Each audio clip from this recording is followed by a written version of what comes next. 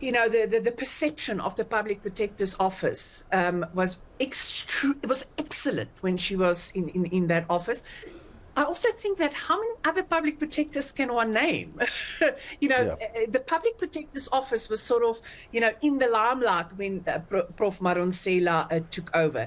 I mean, her reign wasn't perfect. There was also decisions of her that was set aside. I think the difference is that Prof. Madonsela right from the start wanted to learn. It was not about her and her ego and just go full out and if someone disagrees, it is a personal attack and not a professional attack, and trying to make whatever the public protector is supposed to do better. I mean, it was new legislation. You're going to have some hiccups, but I do think that Prof was really good for the office, and yes, I think that is the bar. I think she's also the last public protector that was, everyone voted for her as the next public protector. I'll ask you this in closing, Stefanie. Is the nomination and the name put forward of any public protector ever going to be unanimously supported? This is South Africa. I get a sense you're never going to see that scenario, really.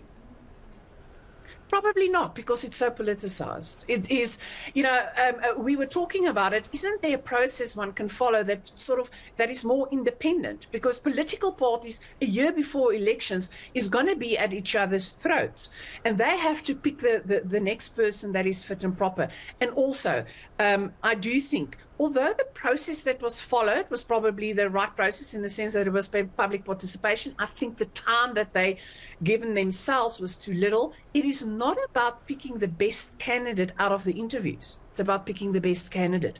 And they should have left themselves some room that if they do not have the best candidate, that they can start the interviews from scratch. And maybe that is something they should really consider. Whether the ANC will get a majority in the National Assembly is still to be seen because of other political parties that's not happy. And then the process will have to start over. And I'm afraid that we are actually running out of time. But I would rather have the acting public protector who, has been looking after the office and look for the best candidate for that position. All right, let me throw that question back to you then as I say goodbye. Is this the best candidate? I'm not sure how closely you were following all of those 8 candidates being interviewed, but is this the best candidate to Stefanie Fick's mind?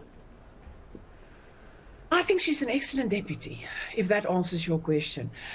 So on the one hand, like I said, I think that, her institutional knowledge is extremely important. But I am worried, and I think as an organization we are worried. Will she be strong enough to withstand the political interference?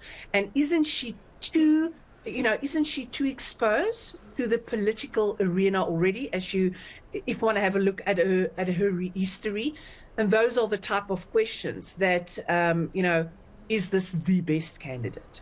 Yeah, and it's still up for debate as far as the public is concerned when it comes to the person who's meant to protect them. Right now, it's been left up to political parties to do the job for us. Stefanie, good to talk to you. I'm sure we'll get more reaction from OUTA once that announcement is made. Of course, it now goes to the National Assembly as well. Maybe it's a viewer question for tomorrow. I like the way Stefanie said it. Is this the best candidate? I'll tell you what, maybe a question we're going to ask here on the show tomorrow. My thanks, as always, Advocate Stefanie Fick, Executive Director of Accountability at OUTA.